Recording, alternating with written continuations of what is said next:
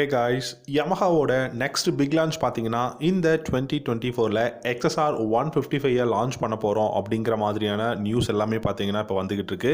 So maybe இந்த 2024ல் first unexpected லான்ச்சாக இந்த XSR 155 இருக்கிறதுக்கும் நிறையவே பாசிபிலிட்டிஸ் இருக்குது.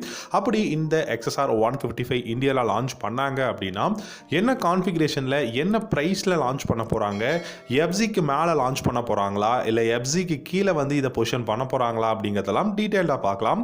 உங்களுக்கு XSR மாடல் பிடிக்குமா அப்படிங்கிறத காமெண்ட் செக்ஷனில் காமெண்ட் பண்ணுங்க. இந்த வீடியோ பிடிச்சிருந்தா லைக் பண்ணிக்கோங்க, நம்ம சேனலையும் சப்ஸ்கிரைப் பண்ணிக்கோங்க. யமஹா கிட்ட இப்போதைக்கு பர்ஃபார்மன்ஸ் ஓரியன்ட் பைக் அப்படின்னு பார்த்தீங்கன்னா R15 MT15 அப்படிங்கிற ரெண்டு பெஸ்ட்டான பைக்ஸ் இருக்குது. ஆனால் ஒரு நல்ல அஃபோர்டபுள் ப்ரைஸில் பர்ஃபார்மன்ஸ் ஓரியன்ட் இருக்கா அப்படின்னு கேட்டிங்கன்னா டிசைன் வைஸும் சரி, அதே சமயம் பர்ஃபார்மன்ஸ் வைஸும் சரி இப்போதைக்கு கிடையாது. FZS FI version 4 deluxe model இருக்குது. பட் இருந்தாலும் அது அந்த அளவுக்கு பர்ஃபார்மன்ஸா அப்படின்னு நம்ம எல்லாருக்கும் நல்லா தெரியும்.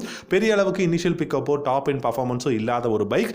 அதனால் MT15ஓட அந்த ஒரு டிசைன் இல்லாட்டி பார்த்தீங்க அப்படின்னா அந்த பைக்கோட ஒரு பர்ஃபார்மன்ஸ், அந்த பைக்கோட ஒரு கம்ஃபர்டபுள், இந்த மாதிரி எல்லாமே இன்னொரு பைக்குக்கு இருக்குது அப்படின்னா அது கண்டிப்பாக XSRக்கு தான் இருக்குது அப்படின்னு நான் சொல்லுவேன். ஏன்னா MT15ல் எப்படி யமஹாவோட R15 வெர்ஷன் அந்த பைக்கோட இன்ஜின் வந்து யூஸ் பண்ணியிருந்தாங்களோ அதே மாதிரி R15ஓட இன்ஜின் தான் XSR 155க்கும் பார்த்தீங்கன்னா கொடுத்துருக்காங்க. குளோபல் மார்க்கெட்டில் எவ்ரி இயர் பார்த்தீங்க அப்படின்னா ஏதாவது ஒரு ஸ்பெஷல் எடிஷன், லிமிடெட் எடிஷன் அந்த மாதிரி சொல்லிட்டு நிறைய ஒரு எடிஷன்ஸ் பார்த்தீங்கன்னா பல கண்ட்ரீஸில் வந்து லான்ச் பண்ணிட்டாங்க யமஹா. இப்போ கூட பார்த்தீங்கன்னா இப்போ நீங்கள் பார்க்குற பைக் எல்லாமே தாய்லாந்து, இந்தோனேஷியா இந்த மாதிரியான கண்ட்ரீஸில் வந்து, அதுவும் சவுத் ஈஸ்ட் ஏஷியன் கண்ட்ரீஸில் எல்லாமே லான்ச் பண்ண பைக்கை தான் நீங்கள் பார்த்துக்கிட்டு இருக்கீங்க. இந்த மாதிரி நிறைய நியூ பைக்ஸ் வந்து லான்ச் பண்ணிக்கிட்டு இருக்கிறதுனால அங்கே இருக்கக்கூடிய சேல், அப்புறம் அங்கே இருக்கக்கூடிய அந்த ஒரு ஃபேன் பேஸ் அப்படிங்கிறதெல்லாம் பார்த்துட்டு இந்தியாவிலையும் கண்டிப்பாக இந்த XSR 155 வரதுக்கான பாசிபிலிட்டிஸ் நிறைய இருக்குது அப்படிங்கிறதா சொல்லியிருக்காங்க. ஏன்னா இந்த பைக் பார்த்தீங்கன்னா எஃப்சிக்கு மேலே தான் பொசிஷன் பண்ண போகிறாங்க. பைக்கோட எக்ஸோரூம் ப்ரைஸ் 1,50,000 மினிமம் இருக்கும் அப்படிங்கிறது தான். அண்டர் 1 லேக்கில் நமக்கு பைக்கோட ப்ரைஸ் வந்துச்சு அப்படின்னா டெஃபினட்டாக இந்த பைக்கை நம்ம கண்ணை மூடிக்கிட்டு வாங்கலாம். ஏன்னா கான்ஃபிகரேஷன் அப்படிங்கிறது கிட்டத்தட்ட MT15க்கும் R15 ஈக்குவலாக இருக்குது. R15 விட பார் அண்ட் டார்க் வந்து இந்த XSRல அதிகமாக இருக்குது. 1,50,000 எக்ஸோரூம் ப்ரைஸ் அப்படின்னு சொன்னாலும் கூட இதோட இன்ஜின் பர்ஃபார்மன்ஸ் அப்படிங்கிறது பார்த்தீங்கன்னா 155.1 cc single cylinder liquid cooled 4-stroke 4-valve engine கொடுத்துருக்காங்க. 19.3 ஹார்ஸ் பவரும் 14.8 நியூட்டன் டார்க்கும் இந்த பைக்கில் வந்து ப்ரொடியூஸ் பண்ண முடியும். 6-speed கியர் பாக்ஸும் அவைலபிளாக இருக்கு. அசிஸ்டன்ஸ் ரிப்பர் கிளச்சும் கொடுத்துருக்காங்க. ஓவரால் டிசைன் அப்படின்னு எடுத்துக்கிட்டிங்கன்னா ரெட்ரோ ரோட்ஸ்டருங்க. அதாவது பார்த்தீங்கன்னா ஒரு ஸ்போர்ட்ஸ் ஹெரிட்டேஜ் மாடல் பைக் அப்படின்னு இந்த பைக் நம்ம சொல்லலாம். இந்த பைக்கோட மைலேஜ் 40லேருந்து 45 km/லிட்டரும், டாப் ஸ்பீட் 140+ இந்த பைக்கால தாராளமாக போக முடியும். இந்த பைக்கில் முக்கியமாக நம்ம பார்க்க வேண்டியது கம்ஃபர்டபுள் ரைடிங் எர்கனாமிக்ஸ் சூப்பராக கொடுத்துருக்காங்க. ஃப்ளாட்டான ட்ரக் அண்ட் ரோல் சீட் வந்து கொடுத்துருக்காங்க. 10 liters of fuel tank capacity இருக்குது. டிஜிட்டல் இன்ஸ்ட்ருமெண்ட் கிளஸ்டர் கொடுத்துருக்காங்க. இதில் கண்டிப்பாக ப்ளூடூத் கனெக்ஷனும் இந்தியாவில் லான்ச் பண்ணும்போது கொடுக்க தான் போகிறாங்க. பிரேக்ஸ் அண்ட் டயர்ஸ் அப்படின்னு பார்த்தீங்கன்னா ஃப்ரண்ட் அண்ட் ரியர் நமக்கு ஒரு சிங்கிள் டிஸ்க் பிரேக்கும் டியூவல் சேனல் ABS ஓடையும் தான் இந்த பைக் வந்து கொடுத்துருக்காங்க.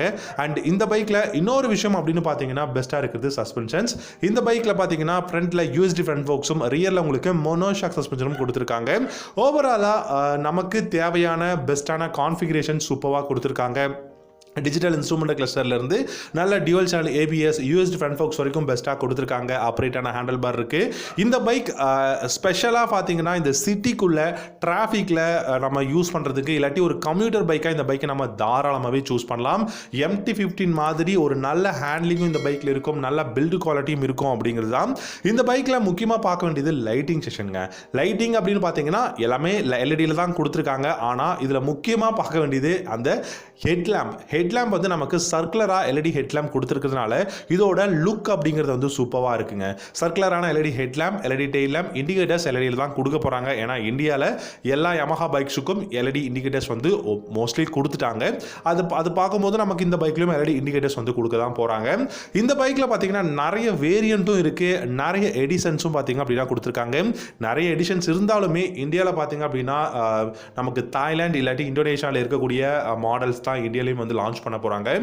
ஏன் அப்படின்னா R3 MT-03 லான்ச் பண்ணாங்க. ப்ரைஸ் எல்லாமே எவ்வளோ இருக்குது அப்படிங்கிறது உங்கள் எல்லாருக்கும் நல்லா தெரியும். ஸோ அதன் காரணமாக இந்த பைக் கூடிய சீக்கிரம் லான்ச் பண்ண போகிறாங்க. ஸோ இந்த வீடியோ பிடிச்சிருந்தா லைக் பண்ணிக்கோங்க, நம்ம சேனல் பிடிச்சிருந்தா சப்ஸ்கிரைப் பண்ணிக்கோங்க. தேங்க்யூ ஸோ மச் ஃபார் வாட்சிங். அடுத்த வீடியோவில் பார்க்கலாம்.